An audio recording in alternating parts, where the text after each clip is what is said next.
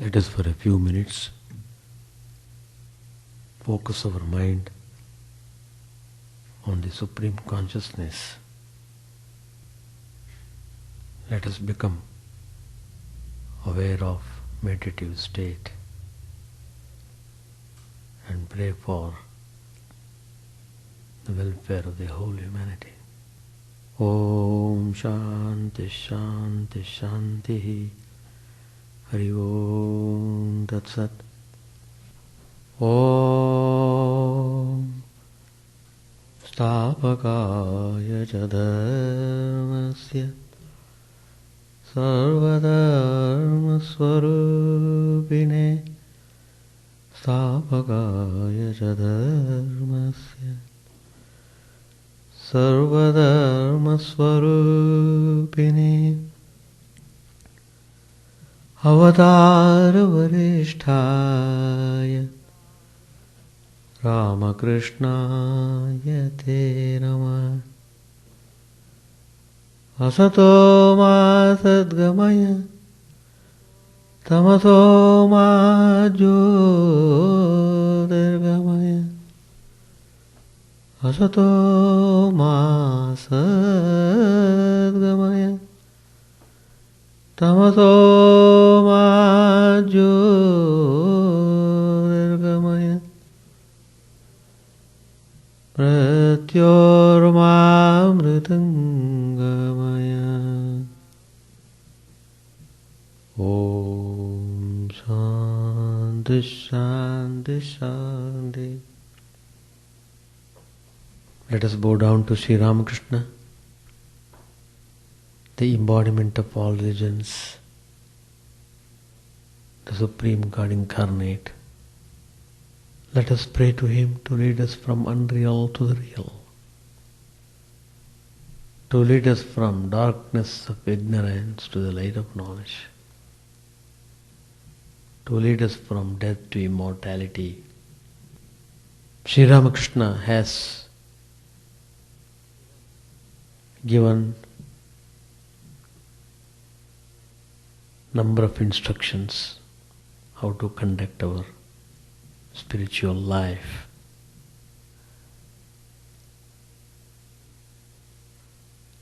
He said very specifically that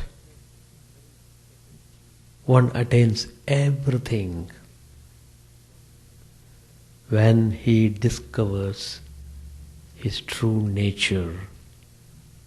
That means when he discovers his true self in himself. That means when one realizes the Atman, then he attains everything. So the object of sadhana is to realize that. But then, since we are born in this world, we are to work. Nobody can be without doing any work. Activity is a law of nature.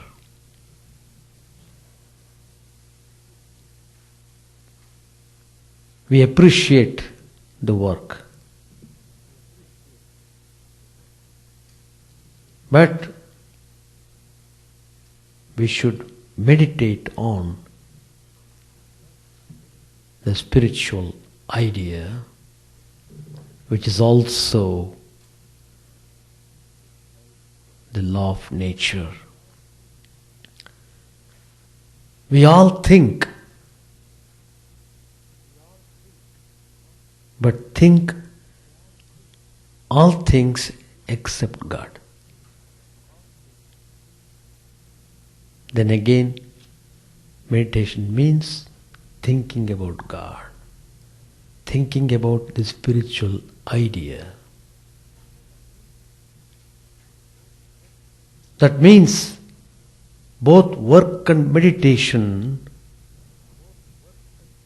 are laws of nature.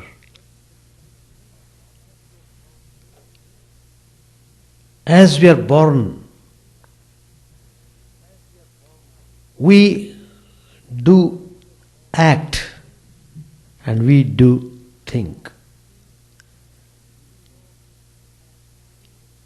But we should know how to integrate work and meditation in order to discover the true self.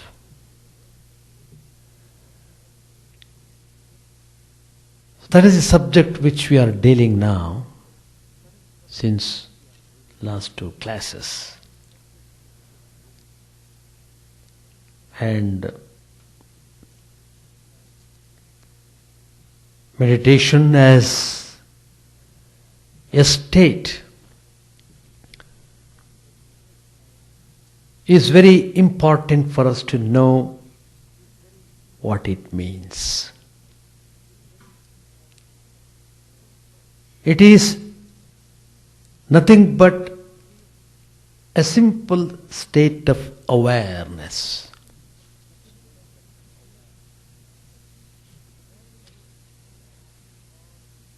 When you are in that state, you experience deep inner calm. For the first time you will realize the joy of calmness, the joy of perfect peace is the result of getting the experience of calmness. At times, one may get into this state spontaneously,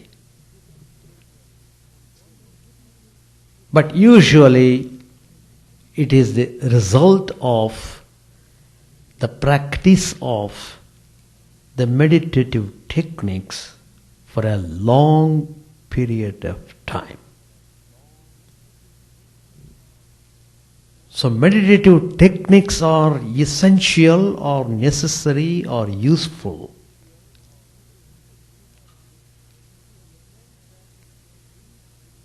To the extent that they lead you towards the experience of the awareness of the self.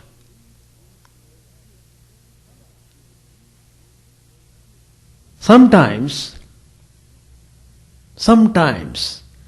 this mental drill,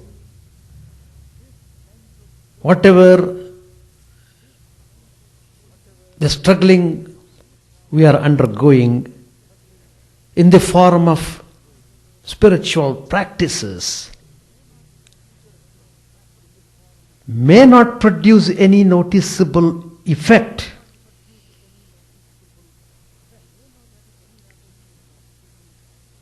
Except the establishment of some order in one's inner life, so much so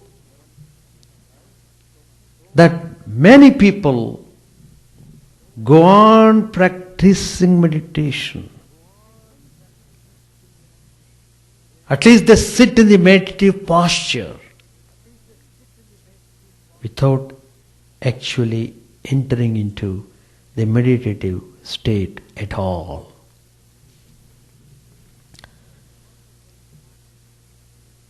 This point is very important for us to think about. What does it mean? Unless your spiritual practices take you towards God, unless you feel the movement of yourself towards the truth,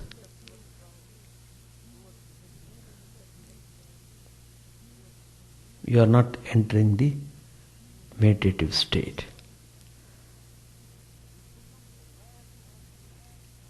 You become aware of the experience of the true self when you are able to enter into the realm of the meditation.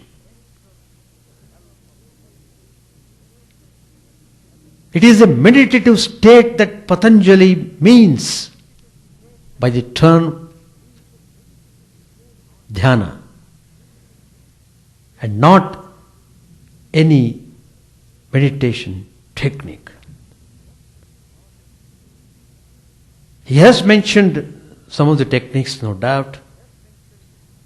They are all methods for fixing the mind at one point, which is called as dharana. In fact, all meditation techniques are to be regarded as techniques of dharana.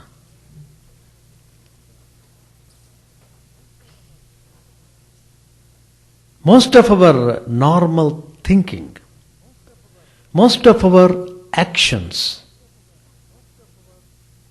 if we observe, we learn, they are compulsive movements controlled almost entirely by the unconscious. They are the result of physiological and psychological conditioning. Meditation is supposed to free us from this kind of existence as an automation. But when done merely as a ritual, following of a technique, meditation itself becomes a sort of conditioning. That's why we find some of the spiritual aspirants, after attaining some kind of progress in spiritual life, they get stuck up in the technique and find themselves unable to move further. The example is given. They are like the spider caught in the web produced by itself. A famous French painter used to ask his students, after teaching them the correct technique, to forget all about it. Why did he say so? For preoccupation with the technique would stifle creativity. In spiritual life, what is really important is the soul's aspiration. Very important point. And its movement towards God. Are you seriously, sincerely aspiring? That's very important. If you are not sincere, if you are not serious about your spiritual aspiration, you will just end up in simple gymnastics of meditation. That's all. The purpose of dharana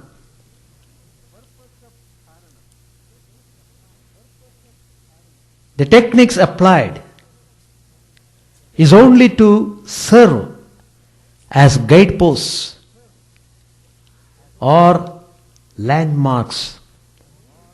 When this purpose is forgotten, the techniques become a fence or a wall restricting the freedom and spontaneity of the self, and a barrier on the Godward path. So, the point here to remember is, be very strong in your spiritual aspiration. Very strong you must be.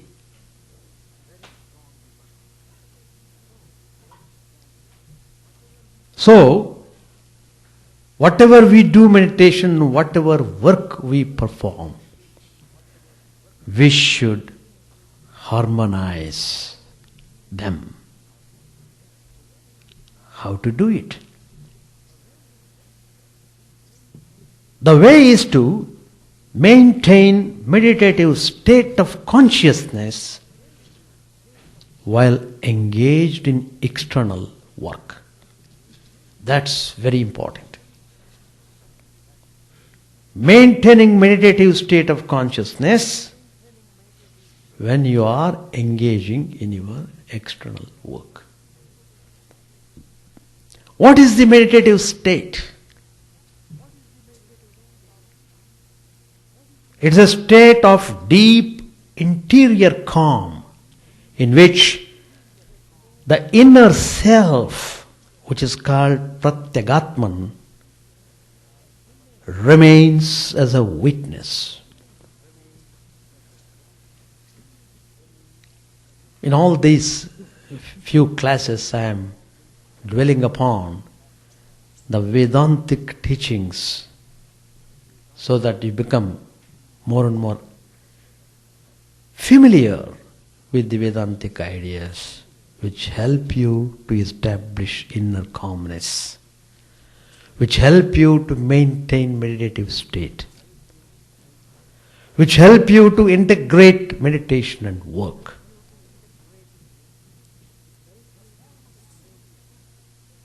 It's a form of experience or perception in which one single thought is maintained for a considerable length of time. It's a state of clear awareness in which the object, the form of a deity, the self, and the connection between them, they are all distinctly perceived. It is also a mode of being, the manner in which the self exists as the witness. It is a state in which will is fully detached from external sensations and internal impulses, and the focusing of consciousness upon an object becomes easy and steady. So will plays a very important role in the fulfillment of your spiritual aspiration. In this state, the difference between work and meditation becomes insignificant. It's a state of consciousness which is independent of external conditions. So the attainment of this state is a first step for combining work and meditation. When the meditative state is reached, the experience of the self as the witness becomes important. The meditative process, the focusing of consciousness becomes important. Let us take an example. Suppose you meditate on Lord Krishna. You start thinking about him, repeating his mantra, concentrating on the lovely form of Lord Krishna. Once you get established in the meditative state, the actual vision of the deity would be not an animation of a picture, but something infinitely more real and splendorous. There is an incident in the life of Sri Ramakrishna. A devotee, a Vaishnava devotee, the worshipper of Sri Ramachandra. His name was Jatadhari. In the course of his wanderings, he came to Dakshineshwar and he met Sri Ramakrishna and he was so happy to be with him for some days.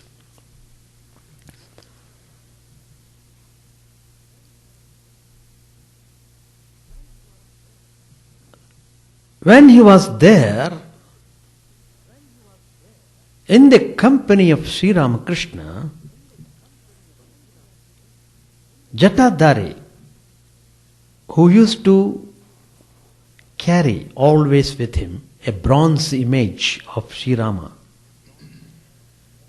he was worshipping and serving him very devotedly, and he was very sincere about his worship. The result was, he saw life in that bronze image. It was no more a bronze image. It was no more inert idol. It was moving. It was jumping. It was playing. And this devotee, Jatadhari, lost in ecstasy.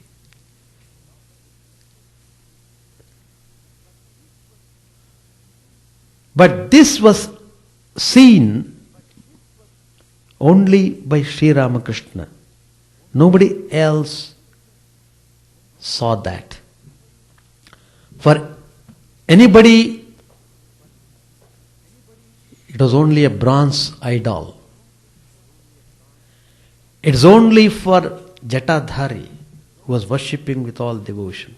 For him, it was more than an idol. Sri Ramakrishna, on account of his perfect state of purity, he could see the movement of Sri Ramachandra playing, dancing with the devotee. Saint Catherine of Siena, she saw the crucifix becoming animated and alive. All these experiences happen in the awakened consciousness of the seer. Awakened consciousness. The Upanishads declare, one of the Upanishads says, Prajnanam Brahma. Prajnanam Brahma. What is God? God is self-awareness. There is only one thing unchanging in the universe, and it is the Atman. It is the self of every being. Everything else is changeable.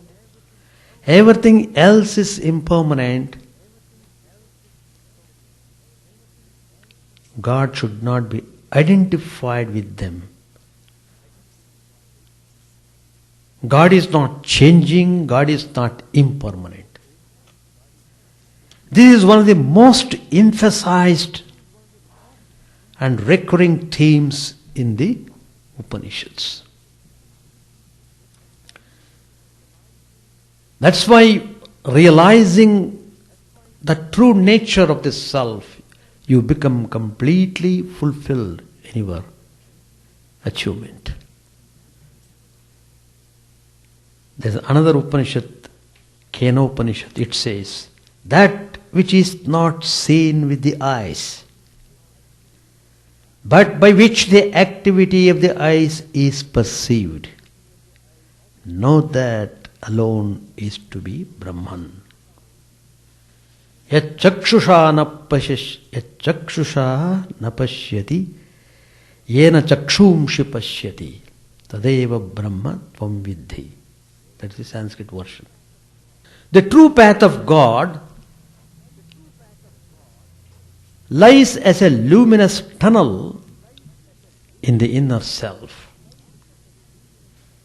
If we want to go deeper into it, we should be free to turn away from the picture objects to the self. It's a very important point which we should all know. When Sri Ramakrishna was initiated by Totapuri, and when he told Sri Ramakrishna to focus on the self, on the Atman, and he told the technique of raising the mind to that level of consciousness, Sri Ramakrishna grasped the idea quickly and began to raise the mind accordingly. But when the mind has to be taken above a particular state of consciousness, he was stuck up by the vision of the Divine Mother, whom he was worshipping all his life before undertaking this Advaita sadhana. But then, after persuasion, after struggling little more, then he could go beyond the form which was obstructing, as it were, his onward movement towards the self. Finally, he got into that state of universal consciousness. That is what is meant here. Generally, people look upon consciousness as something intangible, something impersonal and powerless, a metaphysical concept with little practical utility. People have all sorts of notions about Vedanta. But according to Vedanta, matter on which we rely so much is itself ultimately derived from consciousness. The whole universe springs from Brahman and is under the control of Brahman. Bhagavad Gita also states that everything in this universe is a manifestation of the glory of Brahman. In the Vibhuti Yoga, we can clearly see this fact. And as Atman, which is our real nature, we are all parts of the infinite reality. Such is the power of consciousness. Again, there's a statement in Kena Upanishad which says, Atmana vindate viryam. Through the Atman one attains strength. It was this vital truth that Swami Vivekananda made the bedrock of his philosophy of life. In the midst of all changes, darkness, sufferings and ignorance, the true self of man shines unaffected, immutable, immortal, self-luminous, blissful, established in the infinite glory of Brahman. It is the source of all purity, strength, love, knowledge and freedom. Yet we seek solutions to the problems of life in the outer world, not in or through the Atman. When difficulties come, we don't turn inward to the source of all power and knowledge, but depend on material things and on worldly people. Swami Vivekananda has repeatedly pointed out all misery is caused. Why? It is because of our dependence on matter. It is not possible to carry on both work and meditation unless we reach a point from where we can freely maneuver both. We should reach that point. The inner self is that point. A spiritual aspirant must have great faith in the power of self-awareness. Swami Vivekananda insisted on this point.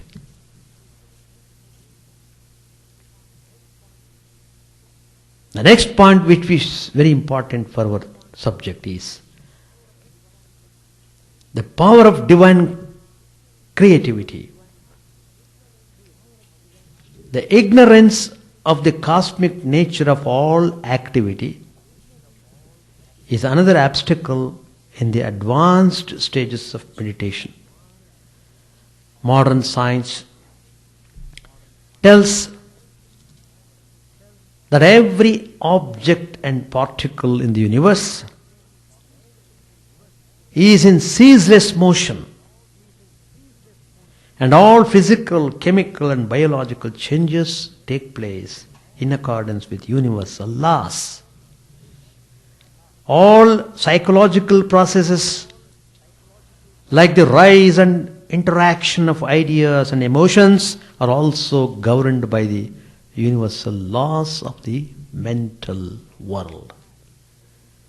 This fact points to the existence of a primordial creative impulse, an eternal divine momentum sustaining the whole cosmos,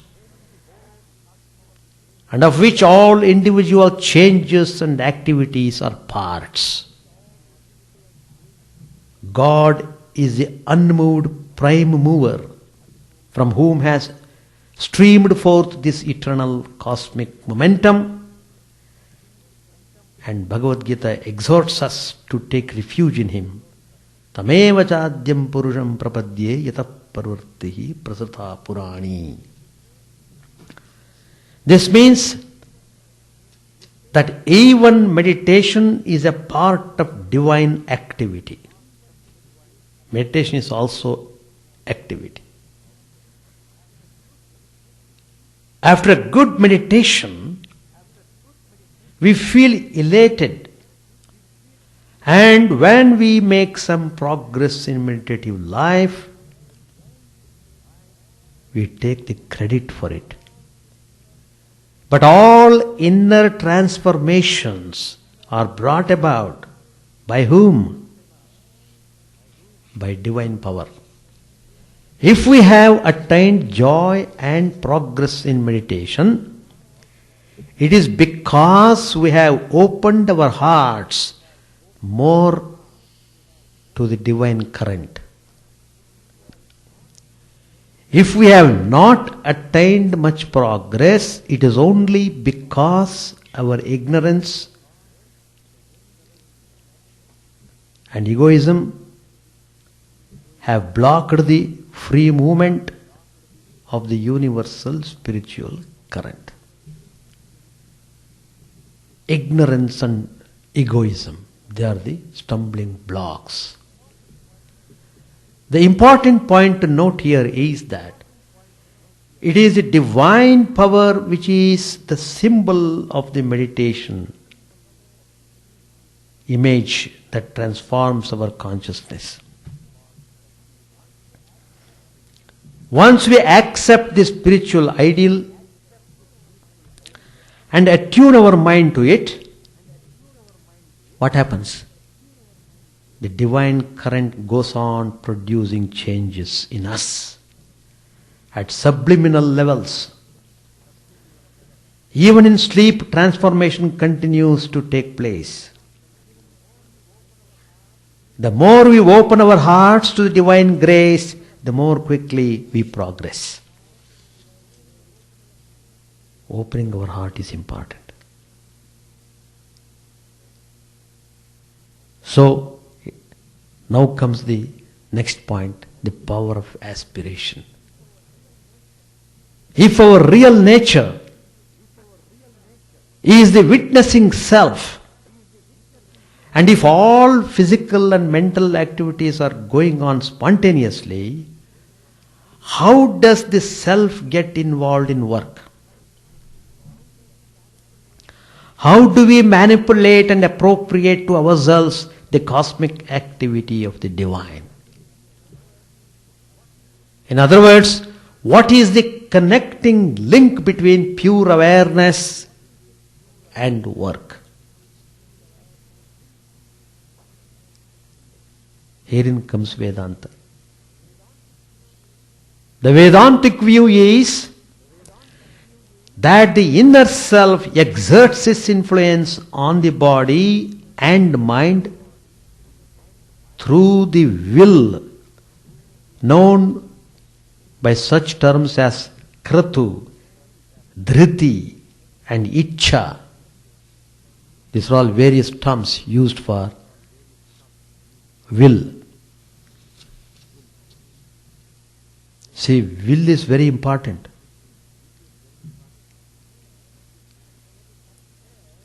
It may be compared to the magnetic field that exists around a magnet.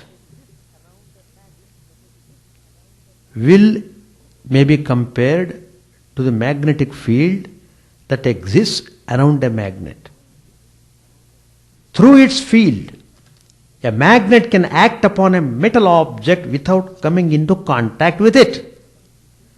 Similarly, through the will, the self influences the body and mind and external objects.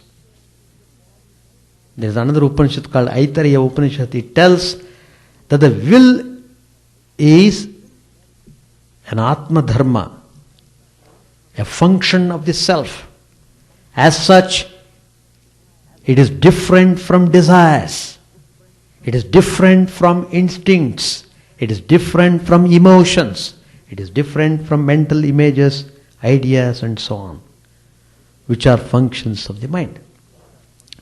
Many desires and impulses constantly rise in our minds. But the will gets connected only to a few of them.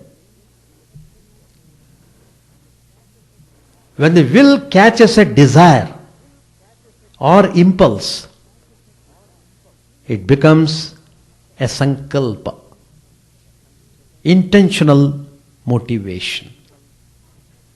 Through it, the self owns that particular desire. Those desires which are not thus appropriated by the self fade away without giving us any trouble. When the will is directed towards God, it becomes spiritual aspiration, yearning for God. This is the motive power in sadhana. The greater the aspiration, that is to say, the more intensively the will is focused Godward, the quicker and the spiritual progress we will have. Once we reach the meditative state, we have only to aspire intensely for God. If you take Sri Ramakrishna's life, you will see how, through his constant devotional practices and worship of the Divine Mother, the intensity of his yearning was becoming more and more deeper. It reached the maximum point. It reached the maximum point. It must result in some illumination.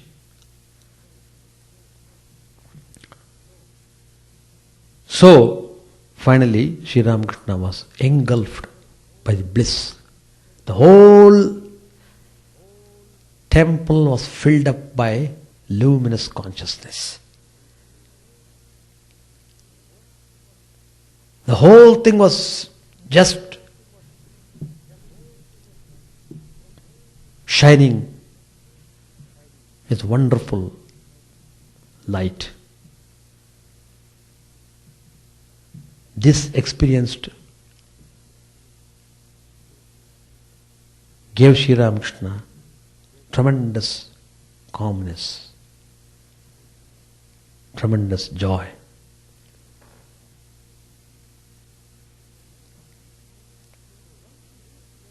So once we reach the meditative state, we have only to aspire intensely for God. Keep the will focused upon the divine. Keep the will connected to the divine. Don't connect the will to desires. That's the point. Everything else that we need will be done by the divine. This is one of the fundamental teachings of Sri Ramakrishna. He has emphasized greatly the importance of aspiration in spiritual life. He did not merely teach that one could realize God through any path.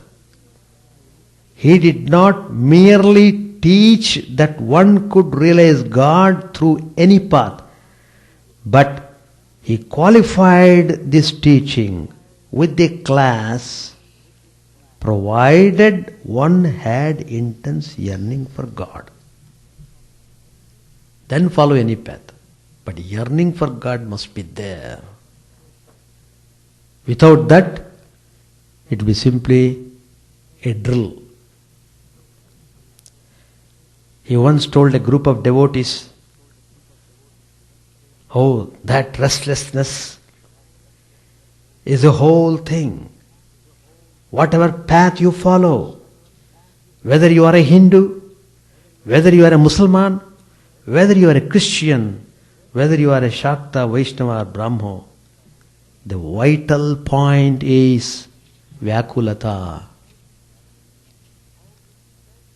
How intensely you aspire. That's the important point. It doesn't matter if you take even a wrong path. Only you must be restless to have the experience of the truth. Then God Himself will put you on the right path. These are the words of Sri Ramakrishna. God being the Supreme Self, His presence is felt in the center of one's inner self. So aspiration for God is only an expansion of the aspiration for one's own true self. It's called Atmakama. Directing the will towards God really means directing it towards one's own self, reversing the focus of the will upon its source, which is the inner self. This cannot, however, be done all on a sudden. The will has to be detached progressively from its former moorings and has to be directed towards the inner self by stages. The disciplines of karma yoga and meditation are mainly intended to fulfill these two functions respectively. So, in the next class I will try to speak on what are the stages in the operation of the will. It's a very important subject. All these are important for us, and only by getting rid of bad impulses, by getting rid of unwanted, unpleasant emotions. That's possible only by engaging in spiritual activities, maintaining meditative awareness. With these words, I conclude my talk. Page 526. As Narendra sang the line, "And he who chants thy name becomes immortal," the master went into samadhi. At first his fingers, especially the thumbs, began to tremble. The devotees from Konnagar had never seen the master in samadhi. Seeing him silent, they were about to leave the room. Bhavanath said to them, "Why are you going away? This is his samadhi." The devotees resumed their places. Narendra sang, "I have labored day and night to make thy seat within my heart. Wilt thou not be kind to me, O Lord of the world, and enter there?" Sri Ramakrishna, still in the ecstatic mood, came down from his couch in the floor and sat by Narendra. The beloved disciple sang again. In wisdom's firmament, the moon of love is rising full, and love's flood tide in surging waves is flowing everywhere. O Lord, how full of bliss thou art, victory unto thee. As Narendra sang the last line, Sri Ramakrishna stood up, still absorbed in samadhi. After a long time, the master regained partial consciousness of the world and sat down on the mat.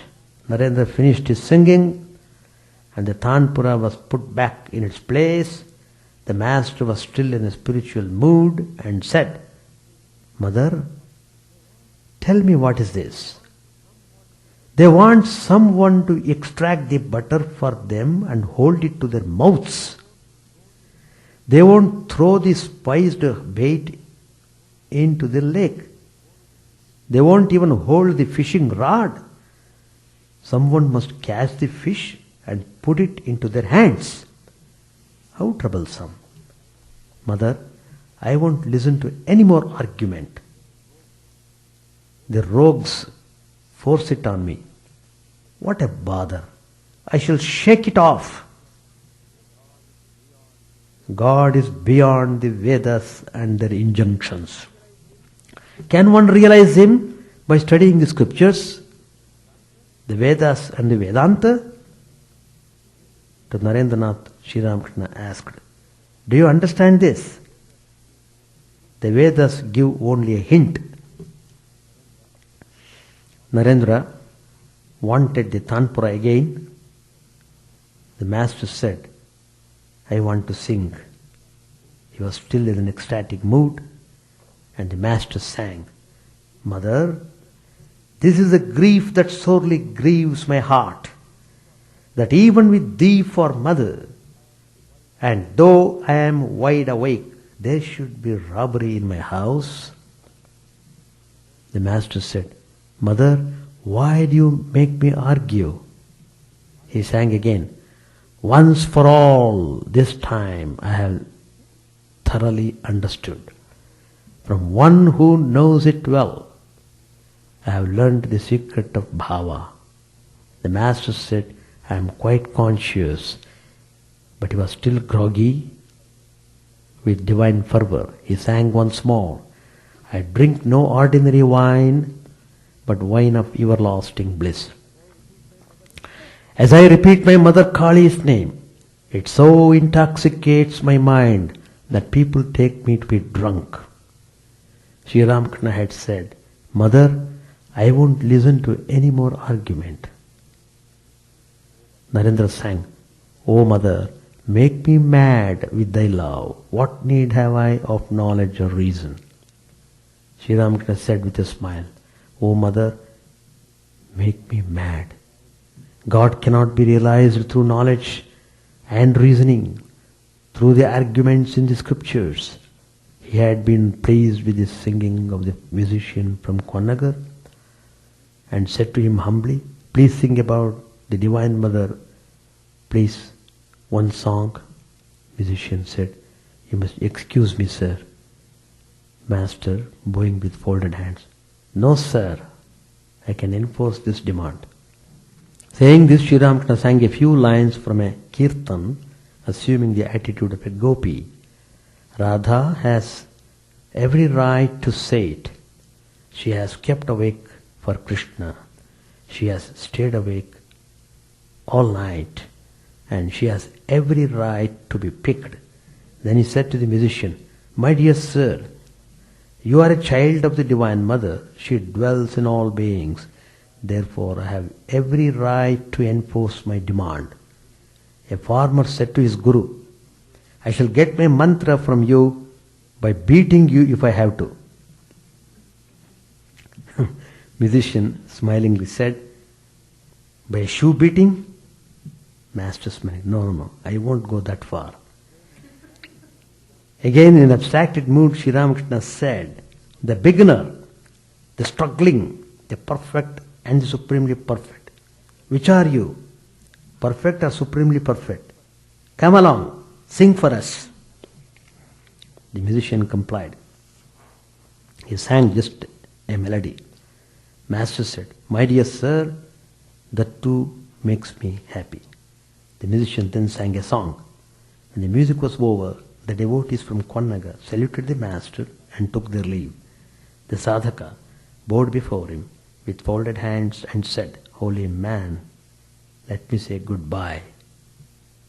Sri Ramakrishna, still in an ecstatic mood, was talking to the Divine Mother. Master said, Mother, is it you or I? Do I do anything? No, it is you. Was it you who heard the arguments all this time? Or was it I? No, not I. It was you. Sri Ramakrishna became conscious of the outer world and began to converse with Narendra, Bhavanath and the other devotees. They were talking about the sadhaka.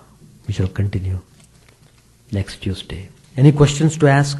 Any observation or discussion? Meditation is done in stages, and there are methods how to proceed on meditation. And I have already suggested you to read some books. So read them, become familiar with many of the terms, and then I will give instructions in what manner you can meditate. Then it becomes easy. But keep that aspiration alive. That spiritual aspiration must be there. That spiritual aspiration leads you to awareness, which is very important in meditation. Anything to? All right, we shall conclude. Chant the name of the Lord and His glory unceasingly, that the mirror of the heart may be wiped clean and quenched that mighty forest fire, worldly lust, raging furiously within.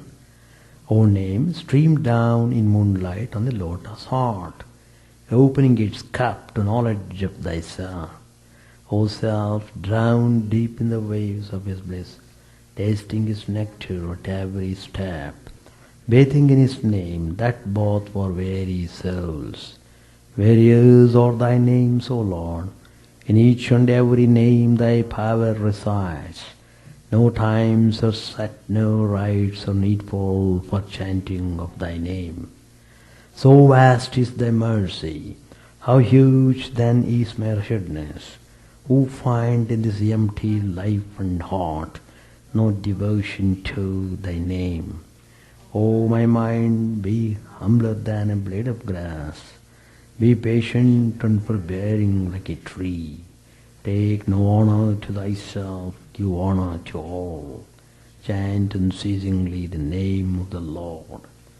O Lord and soul of the universe, mine is no prayer for wealth or retinue, the playthings of lust or the toys of fame.